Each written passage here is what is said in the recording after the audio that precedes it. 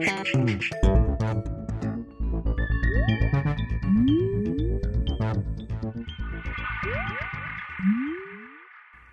everyone, and welcome to The Vortex, where lies and falsehoods are trapped and exposed. I'm Michael Voris.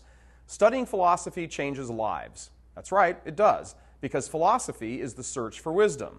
Now, in the study of philosophy, one can choose to follow the path of bad philosophy or good philosophy.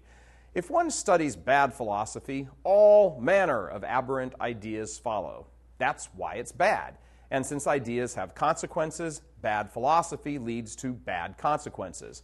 If the search for wisdom goes off track, then wisdom is not found and culture begins to unravel. And make no mistake, cultures are always submitting to philosophy, one type or another, because every member of the culture is always submitting to one philosophy or another. Without wisdom, there is no cohesion and culture begins to unravel. Since philosophy is the search for wisdom, it necessarily requires the asking of questions. And here's one of those rules of thumb by which you can live your life. Tell me the quality of the questions you ask, and I'll show you the person you are. Different questions are asked every day by everybody. Some people ask, how can I be rich and powerful? Others ask, how can I be the center of attention and adored? Still others ask, how can I be satisfied and entertained? But some ask, what is the meaning of life? These very different types of questions give rise to very different types of philosophies. And believe me, there are philosophical constructs that will give rise to a host of answers to each of those questions. In the end, the line of demarcation running through philosophy is this: the difference between joy and pleasure. A whole world of philosophies exists to support the pleasure side, but only one philosophy exists to support the joy side. Pleasure philosophies give rise to the worship of idols. They produce a dominant consensus in society which stifles beauty and truth. And they stand in stark opposition, a struggle to the death, with the philosophy of joy. Philosophers of joy are the smart ones because they recognize the intimate link between philosophy and divine revelation.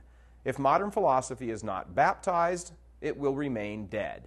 It is off the tracks precisely because it has denied divine revelation, and as such, it pits itself against wisdom.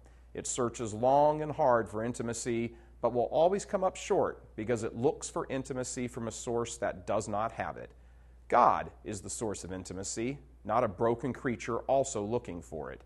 In the end, the goal of philosophy, its natural end, is God himself. So, bad philosophy leads one away from God by definition. But in the rough and tumble of contemporary society, it's naive to think that good philosophy and its adherents do not have to get down in the trenches and fight hand-to-hand combat with the supporters of bad philosophy. Everything must be challenged, and challenged virulently. One good philosopher put it this way: philosophy is like tennis. Everyone plays by the same rules, but some place the ball better. Additionally, you have to be able to change your game because the opposition changes its game. Contemporary society is approaching match point. Tennis, anyone? I'm Michael Voris. Please help us keep delivering these kinds of messages that so desperately need to be heard and acted on. Join RealCatholicTV.com today as a premium subscriber. Become immersed in the faith established by Jesus Christ. The Catholic Church is the only hope against evil because that is its God-given mission. As our Lord said, apart from me, you can do nothing. Join RealCatholicTV.com today as a premium subscriber and come to learn and love Christ more deeply.